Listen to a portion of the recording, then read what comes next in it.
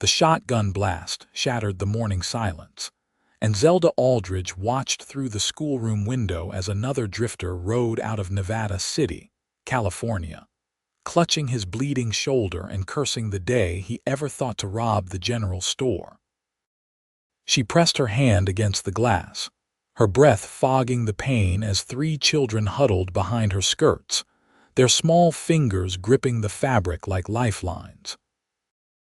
This was the third shooting in as many weeks, and she was beginning to wonder if the gold rush of 1852 had brought more devils than dreamers to this mountain town.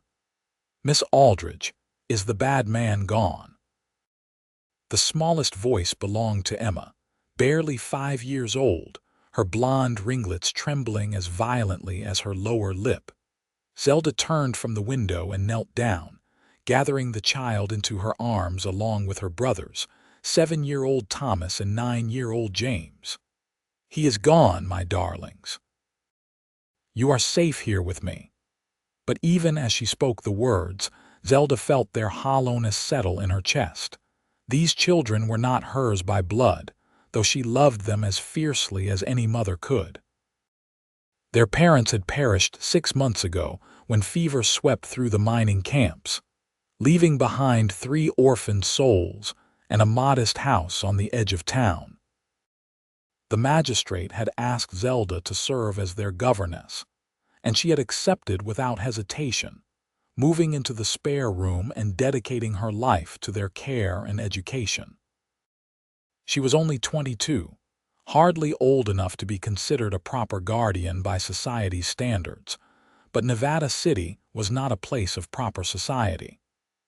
It was a place of mud-splattered streets, hastily constructed buildings, and men who measured their worth in gold dust and gunpowder. Women like Zelda, educated women from the East who had come west seeking adventure or escape, were rare enough that nobody questioned her qualifications too closely. "Let us return to our lessons," she said gently, guiding the children back to their small wooden desks. "We were learning about the parts of speech.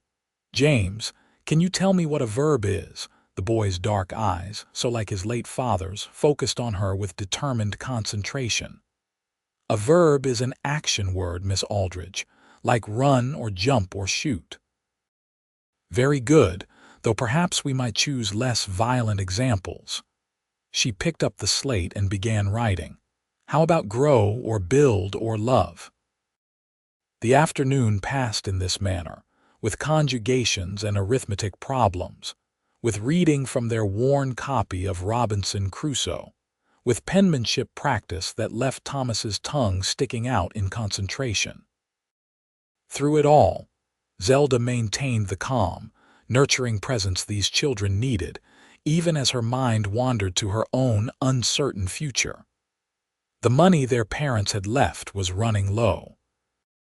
Soon, very soon, she would need to find employment that actually paid a wage, and these children would need a more permanent solution than a governess who barely scraped by on savings. That evening, after the children were tucked into their beds with prayers and kisses, Zelda sat at the small kitchen table with her account book open before her. The numbers did not improve with staring, but she stared anyway, willing them to somehow multiply like the biblical loaves and fishes. She had perhaps 2 months before she would be forced to seek work as a laundress or seamstress, positions that would not allow her to keep the children with her. The thought of them being separated, sent to different families or shipped back east to distant relatives who had shown no interest in them thus far, made her stomach clench with dread.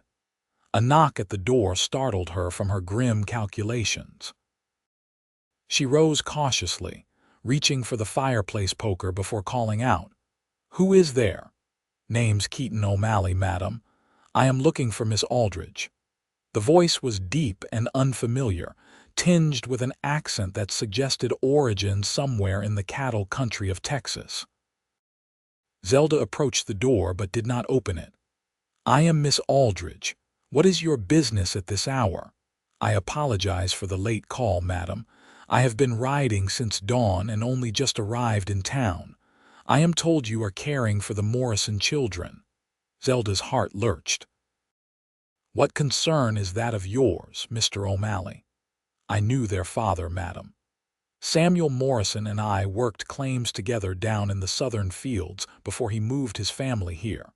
I only just heard about the fever, and I have come to see if there is anything I can do to help." Against her better judgment, Zelda unlatched the door and opened it a crack. The man standing on her porch was tall and broad-shouldered, his face shadowed by a wide-brimmed hat.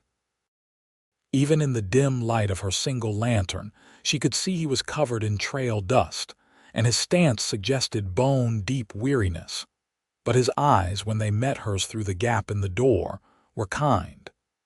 "The children are asleep, Mr. O'Malley. Perhaps you might call again tomorrow at a more suitable hour." "Of course, madam. I am staying at the boarding house on Main Street. Shall we say 10 o'clock? That would be acceptable." He touched the brim of his hat in a gesture of respect and turned to leave, but Zelda found herself calling after him.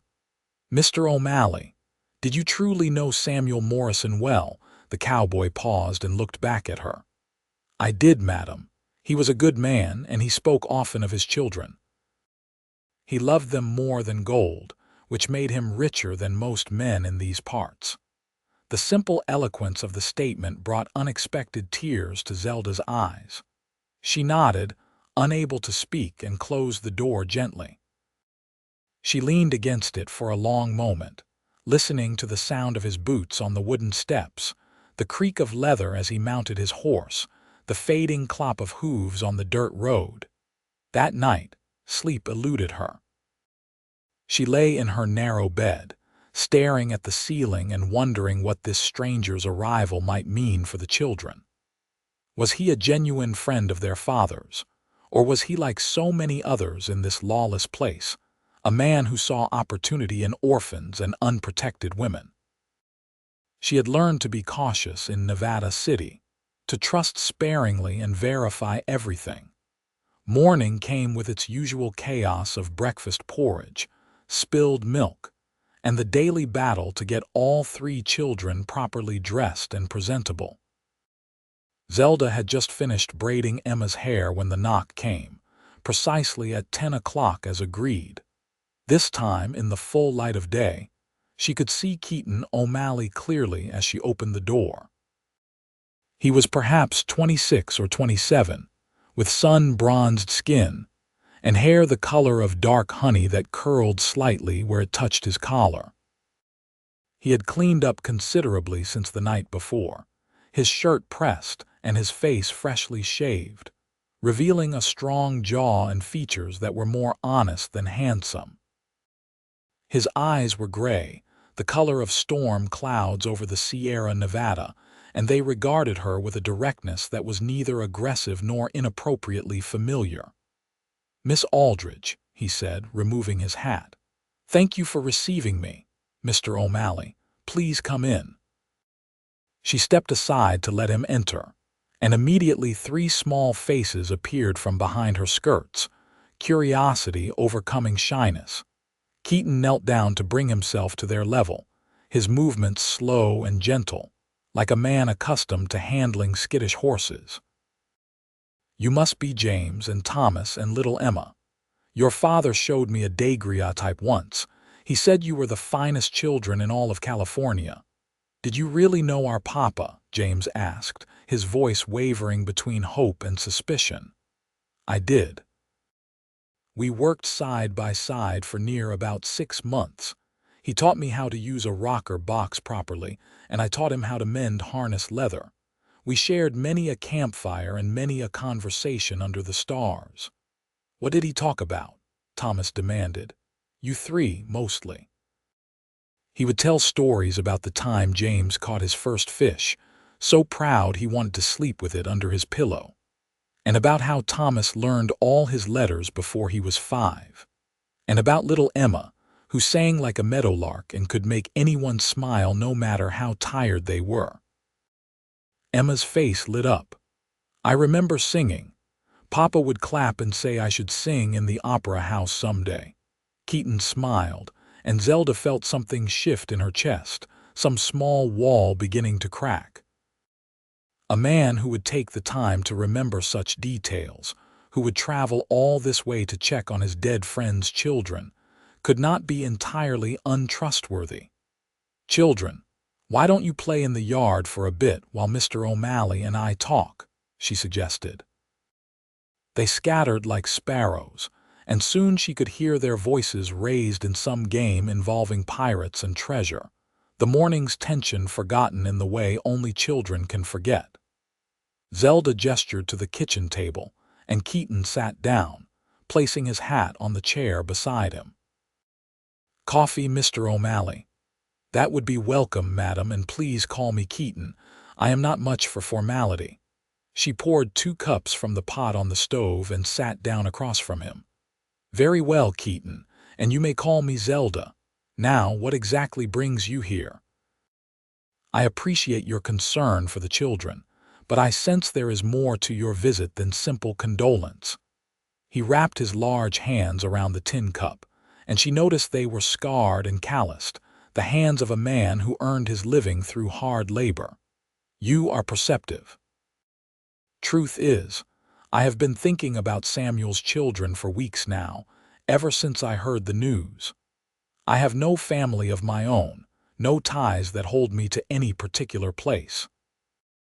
I have been drifting from one mining camp to another, chasing gold like every other fool in California, but lately I have been asking myself what the point of it all is. And you think the point might be 3 orphan children?" Zelda kept her voice neutral, though her heart had begun to beat faster. "I think the point might be doing right by a friend who can no longer take care of his own. Samuel saved my life once, pulled me out of a flooded shaft when most men would have run for safety. I owe him a debt I can never repay, but I can try." He met her eyes directly. "I came to see if maybe I could provide for these children. I have some money saved, enough to buy a small ranch with good grazing land. I was thinking of going into cattle, leaving the gold fields behind. They would have a home, stability, a future." Zelda felt her throat tighten. "That is a generous offer, but surely you understand I cannot simply hand 3 children over to a stranger, no matter how noble his intentions.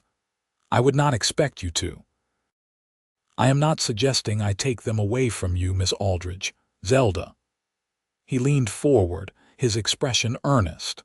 "From what I have heard in town, you have been caring for them without compensation, sacrificing your own prospects to keep them together. That speaks to a character I admire. What I am proposing is that we work together. You know these children, you love them and they love you, but you need resources and I can provide those. We could create a proper home for them together." The word hung in the air between them, heavy with implications. Zelda stood abruptly and walked to the window, looking out at the children playing in the dusty yard. Emma was laughing as James chased her around the well, and Thomas was building something elaborate with sticks and stones. They deserved a real home, a real family, not a governess who could barely afford to feed them and a future that looked increasingly bleak. "What exactly are you suggesting, Keaton? That I become your employee?" "No." His chair scraped against the floor as he stood. She heard him move closer, though he maintained a respectful distance. "I am suggesting we get married." Zelda spun around, her eyes wide. "You cannot be serious. We only just met." "I know it sounds mad. Hell, it probably is mad, but I have given this considerable thought on the long ride here. Those children need parents, both a mother and a father. You are already their mother in every way that matters. I could be their father if you would let me. And maybe, in time, we could become more than just partners in raising them. Maybe we could become a real family." "You are proposing a marriage of convenience." Her voice was faint. "I am proposing a marriage of purpose. I will not lie to you and claim I am in love. We do not know each other well enough for that." but I admired you from the moment you opened that door last night, cautious and protective like a she-bear guarding her cubs. And I can see in your eyes that you are a good woman, an intelligent woman, someone I could respect and partner with. That seems like a better foundation than many marriages I have seen." Zelda pressed her hand to her forehead, trying to slow the whirlwind of thoughts. It was preposterous. It was impulsive. It was possibly the most sensible solution to an impossible situation. "I need time to consider this." "You are asking me to make a life-altering decision based on a single conversation. I understand. I will be in town for a week, staying at the boarding house. Take whatever time you need. But Zelda, I want you to know something." He picked up his hat and walked toward the door, pausing on the threshold. "I am not a perfect man. I have made mistakes, and I am sure I will make more. But I give you my word, on Samuel Morrison's memory, that if you agree to this, I will do everything in my power to be a good husband to you and a good father to those children. You will never want for anything I can provide, and I will never raise a hand to you or them in anger." After he left, Zelda sank back into her chair and put her head in her hands. The coffee had gone cold, and outside the children's voices continued their cheerful cacophony. She had come west 2 years ago to escape a stifling existence in Boston, where her options had been limited to becoming a spinster schoolteacher, or marrying the dull but respectable banker her parents had chosen for her. She had wanted adventure, independence, a life of her own choosing. And here she was, being offered another marriage of practicality, another life planned by circumstance rather than passion. Yet somehow this felt different.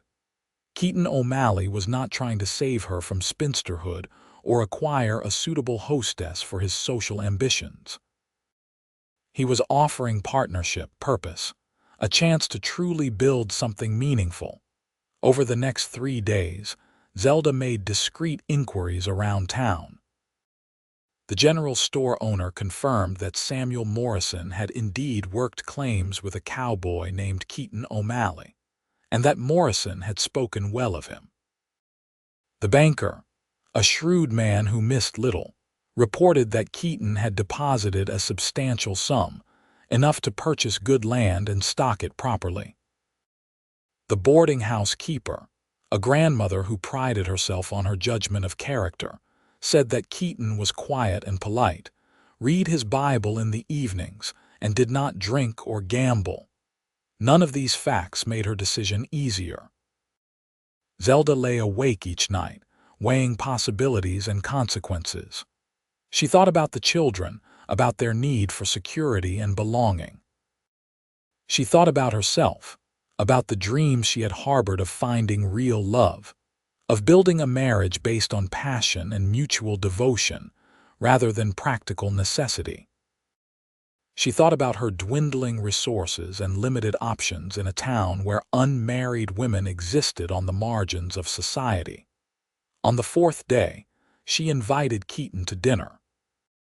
She had spent the afternoon cooking a proper meal, using some of her precious hoarded funds to buy a chicken and fresh vegetables from the Chinese market gardeners.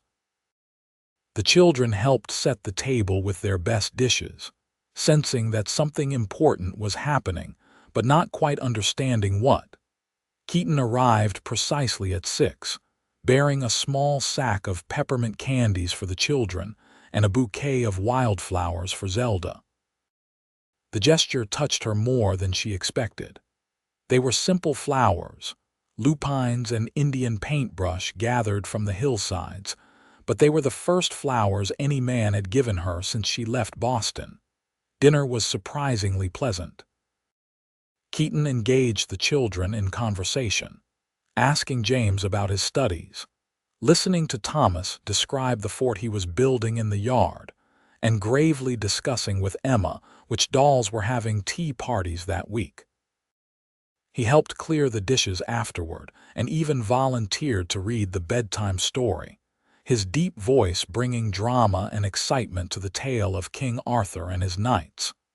When the children were finally asleep, Zelda led Keaton back to the kitchen. They sat in comfortable silence for a moment, and then she spoke. "I have made my decision, but I have conditions." His gray eyes sharpened with attention. "I am listening. First, we will have a proper engagement period. Not long, perhaps 6 weeks, but enough time for us to know each other better before we take vows we cannot undo. During that time, you will court me properly. Not because I am a romantic fool, but because the children need to see us building a genuine relationship. They have lost too much already. I will not have them living in a cold, business-like household." "Agreed. What else?" "Second, I want equal say in all major decisions regarding the children and our household. I am not looking to trade one form of dependence for another. If we do this, we are truly partners. I would not want it any other way. Third, and this is most important." She folded her hands on the table, gathering her courage. "If we find that we cannot make this work, that we are truly incompatible, I want your promise that you will help me establish myself independently, and that the children will be allowed to choose where they wish to live. I will not be trapped in a miserable marriage with no escape." Keaton was quiet for a long moment, his expression thoughtful. "That is a fair request, though I hope it never comes to that. You have my promise. Is there anything else? Just one more thing. I need to know your intentions regarding the children legally. Will you seek to formally adopt them?" "I will, if they are willing when they are old enough to understand what it means. In the meantime, I will treat them as my own in every respect that matters." He reached across the table, his hand palm up in invitation. "So, Zelda Aldridge, will you marry me?" She looked at his offered hand, at the scars and calluses, at the strength and the possibility it represented. Then she placed her hand in his, feeling the warmth of his skin against hers. "Yes, Keaton O'Malley, I will marry you." His smile transformed his face, revealing a dimple in his left cheek she had not noticed before. "You have made me very happy. I promise you will not regret this." The next 6 weeks were unlike anything Zelda had experienced. True to his word, Keaton courted her with a deliberation and thoughtfulness that gradually won not just her respect but her genuine affection. He called on her every day, sometimes in the morning before he went to finalize the purchase of his ranch, sometimes in the afternoon when he would take all of them on excursions into the surrounding countryside, and always in the evening for supper. He brought her books, having somehow discovered her love of literature. They sat on the porch after the children were asleep and discussed poetry and philosophy, and she discovered he was far better educated than she had assumed. He had attended a small college in Virginia before his family lost their farm to debt, and he had headed west to seek his fortune. He taught James to ride, purchasing a gentle mare that the boy named Buttercup despite her intimidating size. He helped Thomas with his arithmetic, showing more patience than Zelda would have thought possible as the boy struggled with his sums. He let Emma braid ribbons into his horse's mane and declared her an expert in equine beauty. And slowly, carefully, he courted Zelda's heart as well as her hand. He listened when she spoke of her childhood in Boston, of her love for teaching, of her dreams of building a real school someday where all children, not just the wealthy, could receive an education. He shared his own dreams of building a ranch that would last generations, of raising fine cattle and finer children, of creating something permanent in a world that felt increasingly temporary. He never pushed for physical affection beyond what she was comfortable giving. A hand held during walks, a brief kiss on the cheek at the end of an evening, his arm around her shoulders when they sat watching the sunset. But Zelda found herself wanting more. surprised by the warmth that bloomed in her chest when he smiled at her, by the way her pulse quickened when their fingers touched. 1 month into their engagement, Keaton took her to see the ranch he had purchased. It was an hour's ride from Nevada City, nestled in a valley where a creek ran year-round and the grass grew thick and green. The house was modest but solid, built by a family who had given up on California and returned east. It had 4 bedrooms, a large kitchen, and a covered porch that looked out over the most beautiful view Zelda had ever seen. "I know it needs work," Keaton said as they stood in the dusty parlor, "but the bones are good. We can make it a real home." Zelda walked through the rooms, her imagination already decorating them. The children would share the 2 smaller bedrooms until they were older, James and Thomas in one, Emma in the other. The largest bedroom would be hers and Keaton's, though she felt a flutter of nervousness thinking about sharing such an intimate space with him. The 4th room could be a study, a place for books and learning. "It is perfect," she said honestly. "The children will love it here. There is so much space to run and play, and that creek will be wonderful in the summer. There is something else I want to show you." He led her outside and around to the back of the house, where a large, flat area had been partially cleared. "I thought we could build that school you talked about. Maybe not right away, but eventually. There are enough families in the area who would send their children if there was a proper teacher." Zelda felt tears prick her eyes. "You remembered." "I remember everything you tell me, Zelda." He turned to face her, his expression serious. "I want you to be happy. This marriage, this life we are building, it is not just about the children. It is about you and me too. I want to give you everything you have dreamed of." "You are giving me more than I ever expected," she whispered. He reached out and gently cupped her face in his hands. "May I kiss you, properly I mean?" Her heart was pounding so hard she was certain he could hear it. "Yes." His lips met hers softly at first, tentative and respectful, but as she responded, her hands coming up to rest on his chest, the kiss deepened. There was warmth in it and promise and the first stirrings of real passion. When they finally pulled apart, both were breathless. "I am falling in love with you," Keaton said simply. "I did not expect it to happen so fast, but there it is. I love your strength and your kindness and the way you love those children. I love your laugh and your sharp wit and the way you look at sunrise with such wonder. I just thought you should know." Zelda felt her world tilt on its axis. "I am falling in love with you too. It terrifies me and thrills me in equal measure." He pulled her into his arms, and they stood there in the California sunshine, holding each other as if they could anchor this moment forever. Somewhere in the distance, a hawk cried out, and the creek babbled its endless song.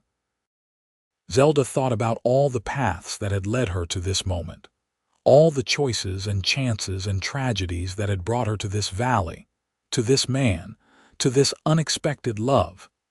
They were married 6 weeks to the day after Keaton first knocked on her door.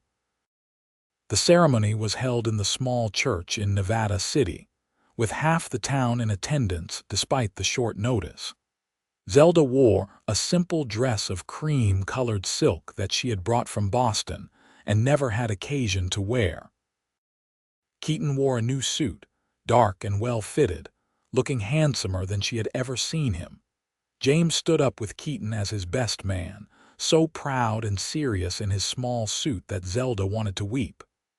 Emma was her flower girl, scattering wildflower petals with solemn concentration. Thomas held the rings, guarding them as if they were the crown jewels. When the minister pronounced them husband and wife, Keaton kissed her with such tender joy that the congregation burst into applause. Emma tugged on Zelda's skirt and asked in a loud whisper if this meant Mr. O'Malley was going to be their new papa.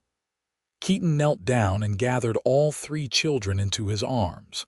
"If you will have me," he said, his voice rough with emotion, "I would be honored to be your father." Will you really love us forever? Emma asked, her small face anxious. I will love you until the stars fall from the sky and beyond, Keaton promised. James looked at Zelda. And you will still be our Miss Aldridge, our mother. I will always be here for you, Zelda assured him. We will all be a family now together. Thomas, ever practical, asked, Does this mean we get to live at the ranch now, with the horses and the creek? Everyone laughed and Keaton ruffled his hair. Yes, son. We move to the ranch next week. The wedding supper was held at the boarding house, where the owner had outdone herself with roasted beef, fresh bread, berry pies, and all manner of delicacies. There was fiddle music and dancing, and Keaton proved to be surprisingly graceful despite his size. He waltzed Zelda around the room until she was breathless and laughing, and then he danced with Emma, lifting her up so her feet dangled in the air as she squealed with delight. As the sun set and the party began to wind down, Keaton leaned close to Zelda's ear. Are you ready to go home, wife? The words sent a shiver through her, equal parts anticipation and nervousness. They would spend their wedding night at the ranch, while the children stayed with the boarding house owner, who had volunteered to keep them for the night as a wedding gift. I am ready, husband. The ride to the ranch was quiet, both of them lost in their own thoughts. The moon was nearly full, casting silver light over the landscape and turning the world into something magical and strange. When they arrived, Keaton lifted Zelda down from her horse, his hands lingering at her waist. I will not rush you, he said quietly. We have all the time in the world. Inside, he had prepared everything. Candles lit the bedroom, casting a warm glow over the freshly made bed. There were more wildflowers in a jar on the dresser, and he had even hung curtains at the windows. The care he had taken, the thoughtfulness of every detail, melted the last of Zelda's nervousness. She turned to face him, her hands reaching up to loosen his tie. I am not afraid, Keaton. I trust you. What followed was tender and sweet, a gentle exploration of this new intimacy between them. Keaton was patient and careful, attuned to her responses, making sure she felt cherished and safe. When they finally came together fully, Zelda felt not just the physical connection but something deeper, a joining of souls that transcended the mere mechanics of marriage. Afterward they lay tangled in the sheets, Keaton's arm around her shoulders and Zelda's head on his chest. She could hear his heartbeat, steady and strong, and she traced idle patterns on his skin. Are you happy? He asked, his voice rumbling under her ear. I am happier than I ever thought possible. When I came west, I thought I was running away from something. But I think now I was running toward this, toward you, toward our family. I just did not know it yet. He pressed a kiss to her hair. I believe some things are meant to be. Samuel dying was a tragedy, but it brought us together. I like to think he would be pleased, knowing his children are safe and loved, knowing that something good came from such sorrow. He would be pleased, Zelda agreed. You are becoming the father he would have wanted for them. They talked late into the night, making plans for their future. They would fix up the house, add on to it as the children grew. They would start with a small herd of cattle and build from there. Zelda would continue teaching the children, and maybe in a year or two, they would build that school. And maybe, they both acknowledged with shy smiles, there would be more children, brothers and sisters for James and Thomas and Emma. The next morning, they rode back to town together to collect the children. Emma ran to them with such enthusiasm that she nearly knocked Zelda over, and James and Thomas were close behind. They were all full of questions about the ranch, about their new rooms, about when they could see the horses. The move happened over the next week, a flurry of packing and hauling and organizing. The house in Nevada City was sold to a newly arrived family, the funds carefully saved for the children's future. Bit by bit, Their possessions made the journey to the ranch, and bit by bit, the empty house became a home. Zelda threw herself into domestic life with an energy that surprised her. She had never been particularly interested in cooking or sewing in Boston, where such tasks were handled by servants. But here, creating a comfortable home for her family felt like a calling. She learned to bake bread that rose properly, to mend clothes with neat, invisible stitches, to can vegetables and fruits for the winter. Keaton worked from dawn to dusk, building fences, tending the growing herd, making repairs and improvements to the property. But he always made time for the children, teaching them to ride, showing them how to care for the animals, including them in age-appropriate work. He was patient with their mistakes and generous with his praise, and Zelda watched him transform from a bachelor cowboy into a devoted father. The first months of marriage were not without challenges. There were adjustments to be made, compromises to be found. Keaton was used to making decisions independently, and he had to learn to consult Zelda on matters large and small. Zelda had to learn to accept help, to let go of her fierce independence and trust that she would not lose herself in partnership. They had their first real argument 3 months after the wedding, when Keaton came home and announced he had accepted an offer to sell some horses to a buyer in Sacramento without discussing it with her first. Zelda felt her temper flare, reminded uncomfortably of her father's autocratic approach to household management. "We agreed we would make major decisions together," she said, her voice tight with controlled anger. "I know, but the buyer was only in town for the day, and I could not pass up such a good price," Keaton explained. "That is not the point. The point is that you made a significant financial decision without consulting me. How am I supposed to be your partner if you exclude me from these choices?" They faced each other across the kitchen table, tension crackling in the air. Then Keaton took a deep breath and nodded. "You are right. I am sorry. I got caught up in the moment and I fell back into old habits. It will not happen again." The simple apology deflated Zelda's anger. "I am not trying to control you, Keaton. I just need to know that my voice matters, that you truly see me as an equal. You are my equal. More than equal, you are my better half." He came around the table and took her hands. "I will do better, I promise you." And he did.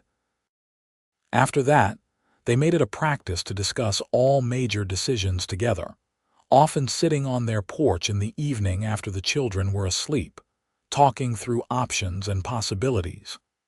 These conversations deepened their partnership and their respect for each other's judgment.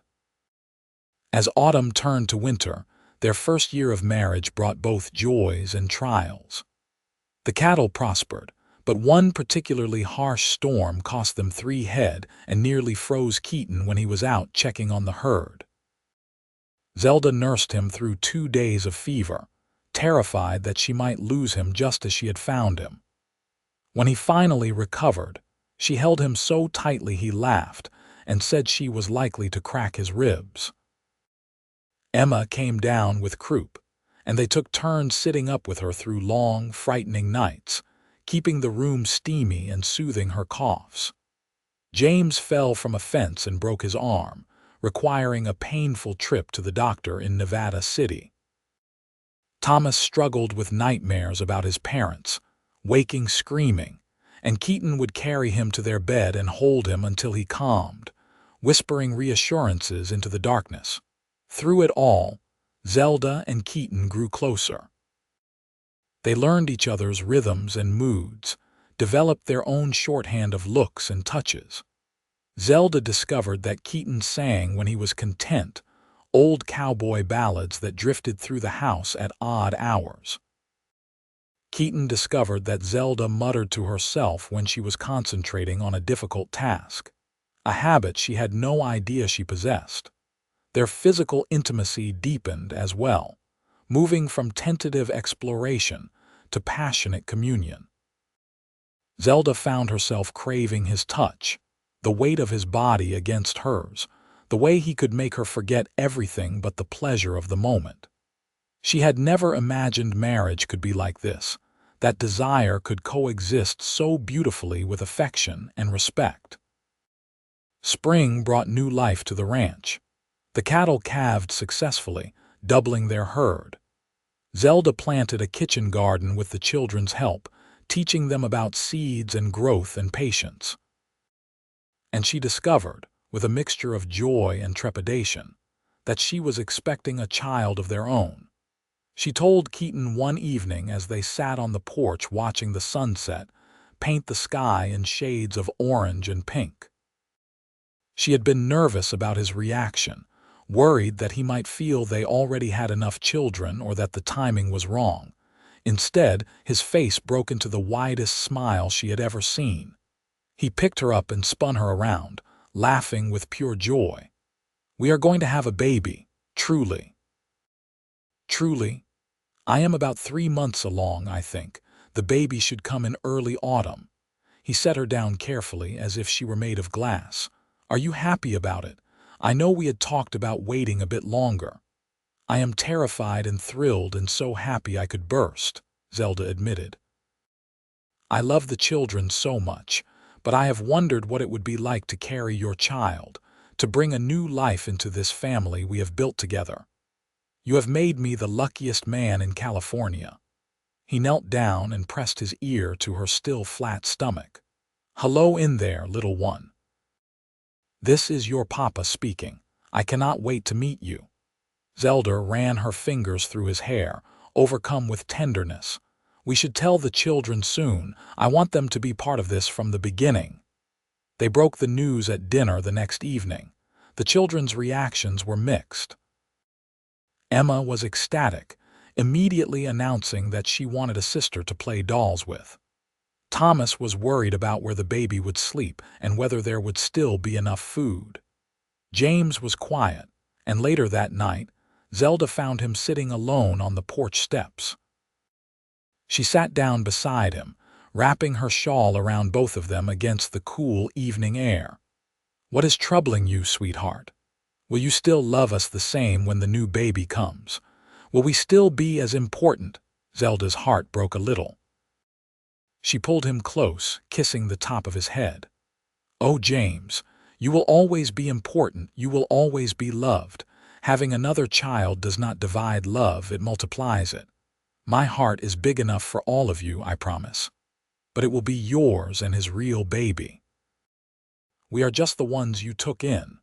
You listened to me, James Morrison." She turned him to face her, looking into his eyes with fierce intensity. "You are not just anything. You are my son, every bit as much as this baby I am carrying. The first day I came to care for you and your brother and sister, you took root in my heart, and nothing will ever change that. Do you understand me?" He nodded, tears streaming down his cheeks. "I miss my real mama and papa sometimes. Does that make you sad?" "No, darling. It makes me honored. You should remember them and love them always. They were your parents and they loved you very much. I am not trying to replace them.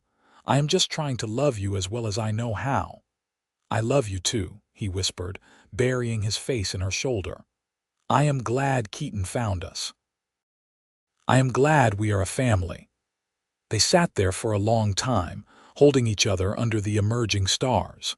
Eventually, Keaton came looking for them and joined them on the steps, wrapping his long arms around both of them. Later, Thomas and Emma wandered out too, and they all piled together in a tangle of limbs and love, talking about the baby and making elaborate plans for the future. The summer was long and hot, and Zelda grew round with child. She continued her household duties as long as she could, but eventually, Keaton put his foot down and insisted she rest more. He hired a woman from town to come help with the heavy work, and to Zelda's surprise, she found she enjoyed having another woman to talk to, someone who could sympathize with the discomforts of pregnancy and offer advice. The children were helpful in their own ways. Emma appointed herself Zelda's assistant, bringing her water and pillows and reading to her from their storybooks. Thomas took over some of the garden work, proudly reporting on each new vegetable that ripened. James helped Keaton more with the ranch work, growing stronger and more confident with each passing week. On a warm September evening, as the sun was setting and painting the sky in brilliant golds and purples, Zelda felt the first pains. She was sitting on the porch with Emma, shelling peas for dinner, when the contraction seized her middle and made her gasp. Emma's eyes went wide. "Is it the baby?" "I think it might be time, sweetheart. Can you go get your papa for me?" The next hours were a blur of activity.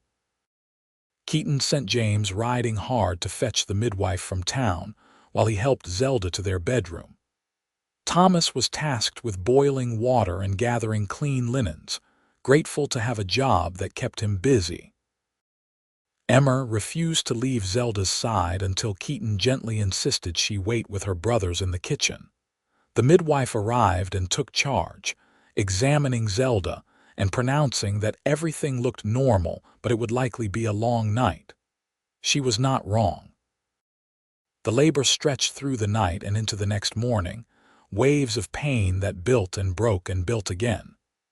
Keaton stayed with her the entire time, holding her hand, wiping her face with cool cloths, murmuring encouragement when she was certain she could not endure another moment.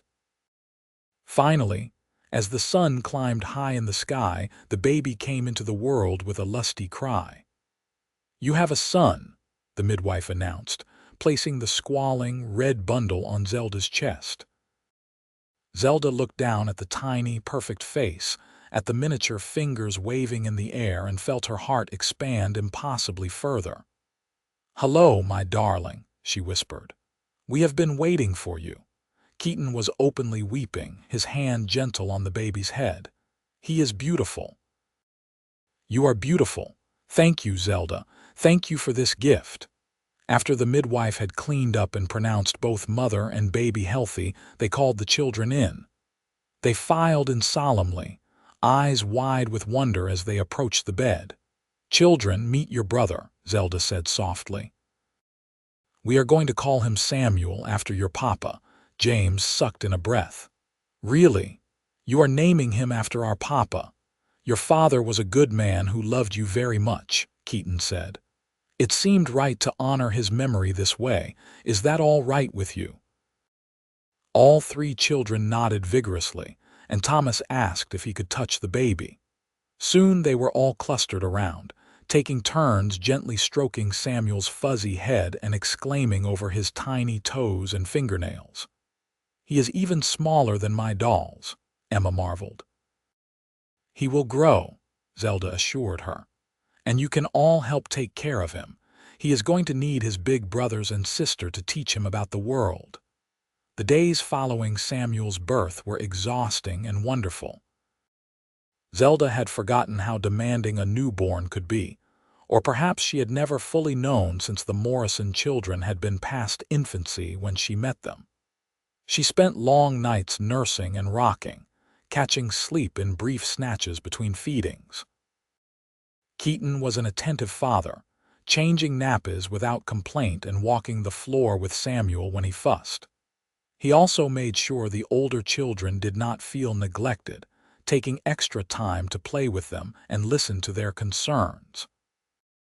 Watching him juggle all these responsibilities with such grace made Zelda fall even more deeply in love with him. When Samuel was 3 weeks old, they had a small ceremony at the ranch where Keaton formally adopted James, Thomas, and Emma. A traveling judge performed the legal proceedings, and afterward, they all signed the documents with varying degrees of penmanship. The children took Keaton's last name, becoming James, Thomas, and Emma O'Malley officially, though they would always carry the memory of their birth parents in their hearts. "This does not erase where you came from," Keaton told them seriously. "It just adds to your story. You have 2 fathers who loved you, 2 mothers who would do anything for you. That makes you very lucky indeed." Emma, now 6 years old and growing more articulate by the day, said, "We have the biggest family in the whole world." "Maybe not the biggest," Zelda laughed, "but certainly the best." The years that followed were full and rich. Samuel grew from a tiny infant into a chubby toddler with his father's gray eyes and his mother's dark hair. The ranch prospered, and they were able to add onto the house, giving each child their own room and building that school Zelda had dreamed of. It started small, just their children and a few from neighboring ranches, but word spread about the educated Eastern woman who was teaching Latin and literature, alongside practical subjects like mathematics and natural science. Within 2 years, they had 15 students, and Zelda had to hire an assistant teacher. The school building Keaton constructed was simple but sturdy, with large windows that let in the light and a wood stove that kept it warm in winter. Zelda loved teaching, loved watching young minds expand and grow, loved knowing she was making a difference in this rough frontier community. James grew into a serious, responsible young man who had inherited his birth father's work ethic and Keaton's way with animals. By the time he was 16, he was essentially running much of the ranch operation, and he talked about starting his own spread someday. Thomas discovered a love of books that rivaled Zelda's own, and she began teaching him Greek in addition to Latin, dreaming that perhaps he might attend university back east. Emma remained the family sunshine, cheerful and affectionate, with a singing voice that brought people to tears when she performed at church socials. When Samuel was 3, Zelda became pregnant again. This time a daughter arrived, and they named her Grace. She was followed 2 years later by another son, whom they called Daniel. The house rang with noise and laughter, with arguments and celebrations, with all the messy, complicated joy of a large family. Some days were hard. There were droughts that threatened their livelihood, illnesses that terrified them, disagreements that strained their patience. The children had their share of troubles as well. Thomas struggled with anxiety that sometimes left him unable to sleep. Emma went through a rebellious phase at 13 where she questioned every rule and boundary. James fell in love with a girl whose parents did not approve of his orphan background, and Zelda and Keaton had to help him through the heartbreak when she chose duty over love. But through every challenge, Zelda and Keaton faced it together. Their marriage had long since moved beyond convenience or even partnership. They were truly one, bound by love and shared experience, by the family they had created and the life they had built. They still sat on their porch most evenings, talking over the day and making plans for the future, holding hands as the sun set over their valley. On their 10th wedding anniversary, Keaton surprised Zelda with a trip to San Francisco, leaving the older children in charge of their siblings for a few days. They stayed in a real hotel, ate in fancy restaurants, attended the theater, and walked along the waterfront watching the ships come and go. "Do you ever regret it?" Keaton asked as they stood looking out at the bay. "Marrying me so quickly, giving up your independence."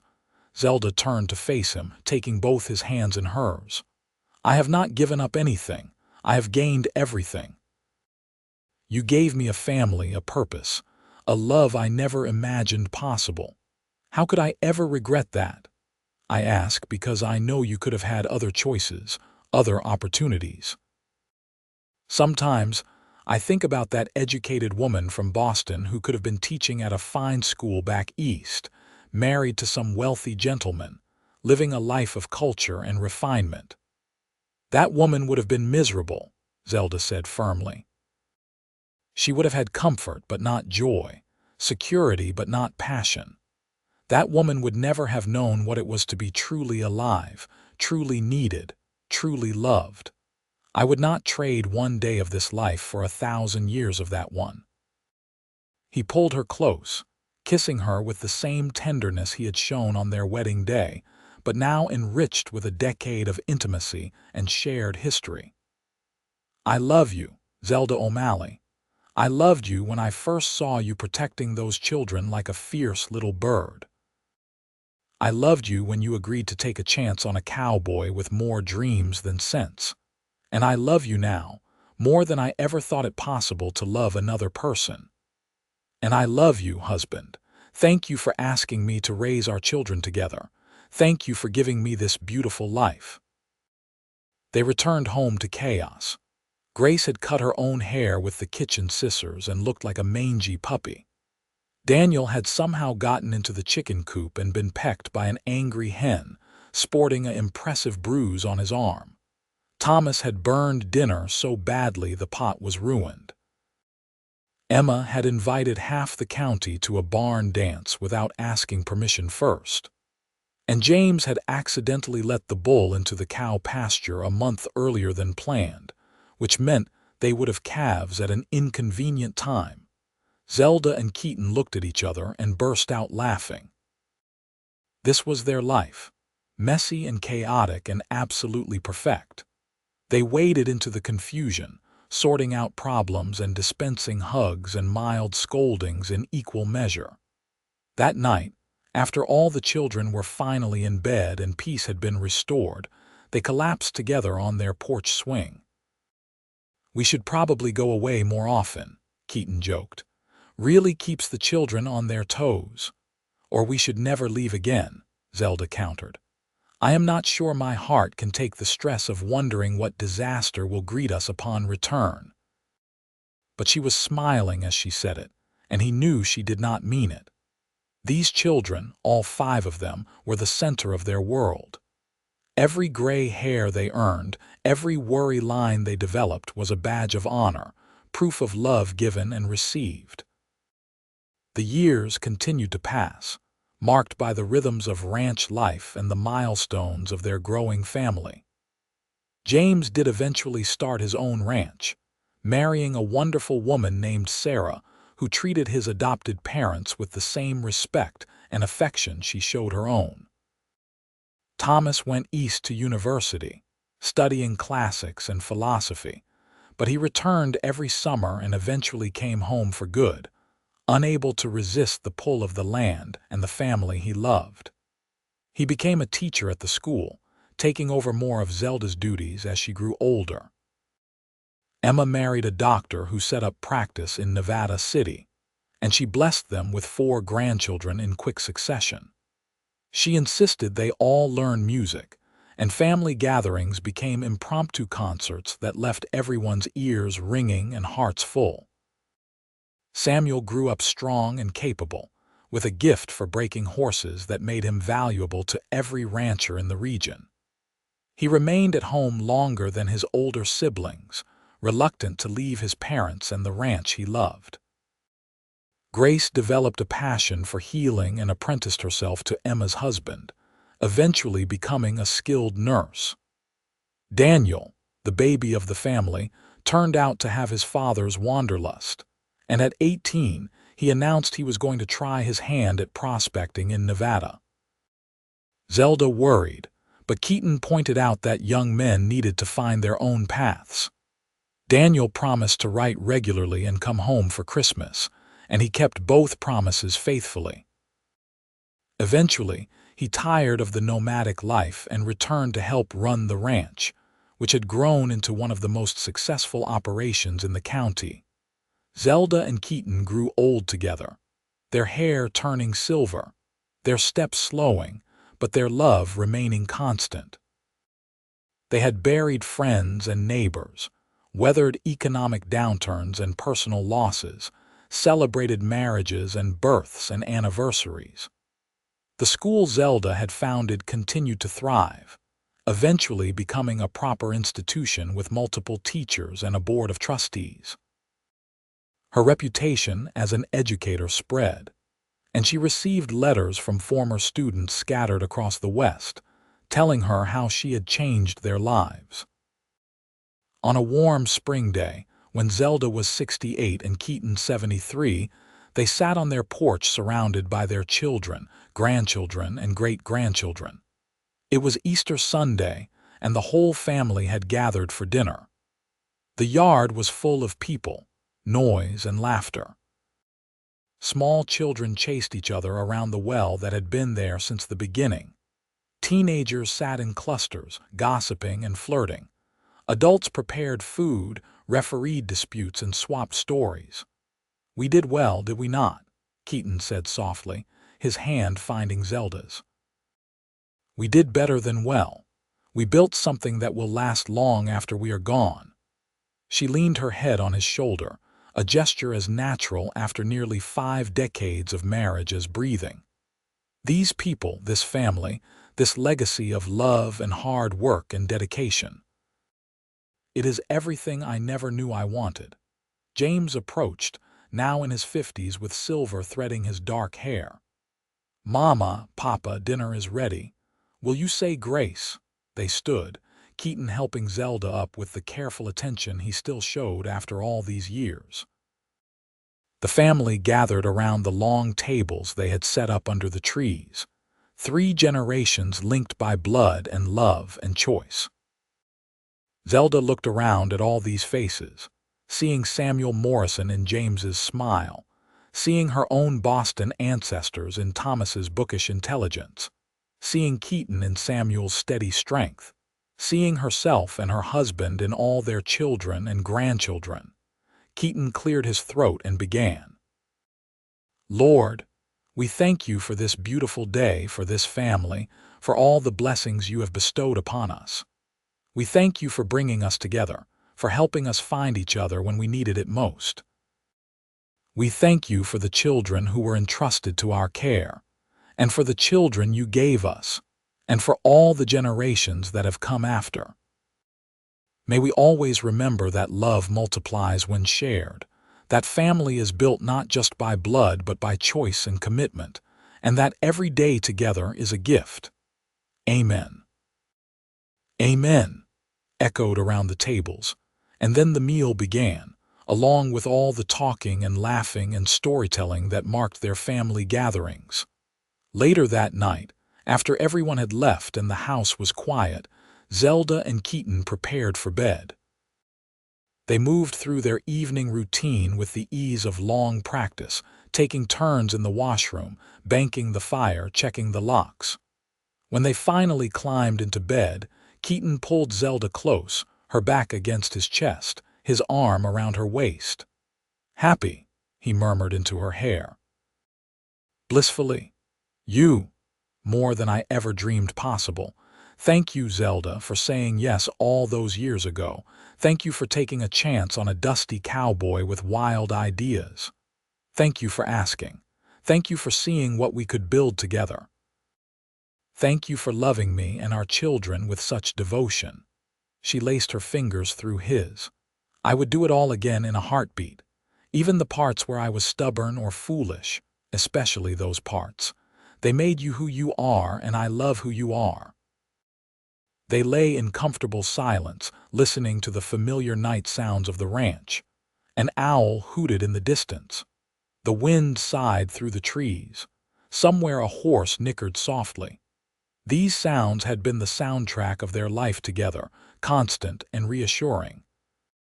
"Do you remember what I said to you the night I proposed?" Keaton asked. "You said many things. Which particular thing are you thinking of?" "I said maybe we could become more than partners in raising the children. Maybe we could become a real family." I was hedging my bets, trying not to seem too presumptuous. He chuckled softly. "I already knew I was going to fall in love with you. I was half in love with you from that first night when you opened the door with a poker in your hand and fire in your eyes." Zelda turned in his arms so she could see his face in the moonlight streaming through the window. "I was terrified of you. Not of you specifically, but of what you represented. Change, risk, vulnerability. I had convinced myself I could make it on my own, that I did not need anyone. What changed your mind? You did. The way you were with the children, the way you listened to me, the way you saw me as a partner rather than a dependent. You offered me something I had never had before, true partnership with someone I could respect and trust. The love came later, but it was built on that foundation, and that is why it has lasted. He kissed her forehead, her cheeks, finally her lips. We should probably sleep. Morning comes early, and neither of us is as young as we used to be. Speak for yourself, old man. I am still in my prime, she teased. His laugh rumbled through his chest. Of course you are, my dear. Of course you are. They settled back into their sleeping position, and within minutes both had drifted off, still holding hands, still connected after all these years. The seasons continued their endless cycle. Spring brought new calves and the hard work of branding and fence repair. Summer meant long days of haying and teaching and tending the garden. Autumn brought the cattle drive to market and the harvest of crops. Winter meant quieter days of indoor work, mending harness and planning for the year ahead. Through it all, Zelda and Keaton remained the anchor of their family. They were the ones who remembered every birthday, who showed up for every important event, who offered wisdom when asked and kept silent when advice was not wanted. They were the living proof that love could grow from the most unlikely circumstances, that families could be created through choice as surely as through blood. When Zelda was 73, she suffered a stroke that left her partially paralyzed on one side. Keaton nursed her with the same patient devotion he had shown through 50 years of marriage, helping her relearn how to walk, adapting the house to make it easier for her to navigate, never once complaining about the extra work. Their children rallied around them, taking turns staying at the ranch to help, hiring a nurse when the needs became too great for Keaton to manage alone. Zelda fought her way back with characteristic stubbornness, determined not to be an invalid. Within 6 months, she was walking with a cane and had regained most of her speech, though she tired more easily than before. She could no longer teach at the school, but she continued to tutor students in her home, refusing to let her mind atrophy along with her body. 3 years later, it was Keaton who fell ill, his strong body finally succumbing to a lifetime of hard physical labor. His heart was failing, the doctors said, and there was little to be done except keep him comfortable. He spent his final weeks in their bed, surrounded by family, drifting in and out of consciousness, but always smiling when he woke to find Zelda beside him. On a soft summer evening, as the sun painted the sky in shades of gold and rose, Keaton woke from a doze and looked at Zelda with clear, lucid eyes. "It has been a good life, has it not?" Zelda, tears streaming down her face, nodded. "The very best life. I have no regrets, my love." "Not a single one. Take care of them for me, all our children, all our grandchildren. Tell them I loved them." His voice was growing weaker. "They know. You showed them every day, but I will tell them anyway as often as they need to hear it. And Zelda." He reached up with trembling fingers to touch her face. "Thank you for being the best partner a man could ask for. Thank you for making every day an adventure. Thank you for loving me. Thank you for seeing me, for valuing me, for building this beautiful life with me. I will love you until my last breath and beyond." She leaned down and kissed him gently. He smiled, his eyes drifting closed. "Until the stars fall from the sky, remember, and beyond," she whispered. He died peacefully an hour later, surrounded by everyone he loved, slipping away as the last light faded from the sky. The funeral was the largest Nevada city had ever seen, with people coming from all over California to pay their respects to the man who had been a pillar of the community. A devoted father and grandfather, a successful rancher, and a good friend to many. Zelda bore her grief with the same quiet strength she had shown through all of life's challenges. She missed Keaton with an ache that never quite faded, but she took comfort in their children and the legacy they had built together. She lived another 7 years, remaining active and engaged, still teaching, still tending her garden, still sitting on that porch every evening and talking to Keaton as if he were beside her. When she finally passed, peacefully in her sleep at the age of 83, her children buried her next to Keaton on a hillside overlooking the ranch. The headstones were simple but eloquent. Keaton's read, "Beloved husband, father, and friend, he built a legacy of love." Zelda's read, "Beloved wife, mother, and teacher, she multiplied love wherever she went." Between them, a third stone had been placed, smaller than the others. It bore the names of Samuel, Elizabeth, James, Thomas, and Emma Morrison, the parents and children who had started it all. "Forever part of our family," it read. "Forever in our hearts." The ranch continued to thrive, passed down through the generations, each adding their own chapter to the story while honoring the foundation Zelda and Keaton had laid. The school grew into a respected institution that educated thousands of children over the decades. The valley where they had built their home remained beautiful, a testament to the stewardship of those who loved it.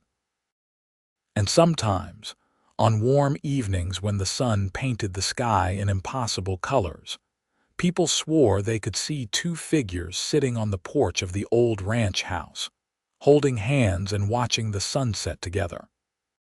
The children would smile and say it was just shadows and imagination, but in their hearts, they liked to think it was true.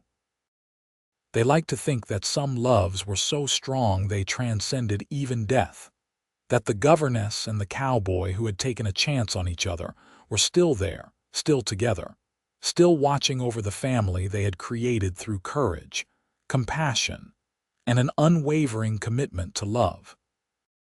Their story became legend in Nevada City, told and retold with each generation. It was a story about how family is what you make it, about how love can bloom in the most unlikely circumstances, about how two strangers can become soulmates through shared purpose and mutual respect. It was a story about the American West at its best, about people building communities and creating homes in a harsh and unforgiving land. But most of all, it was a story about the transformative power of love, about how one decision made in good faith can ripple out across generations, creating waves of joy and connection that never quite fade away. The governess had been raising children not her own, until a cowboy said, "Let us raise ours together." And in doing so, they created something far greater than either could have achieved alone.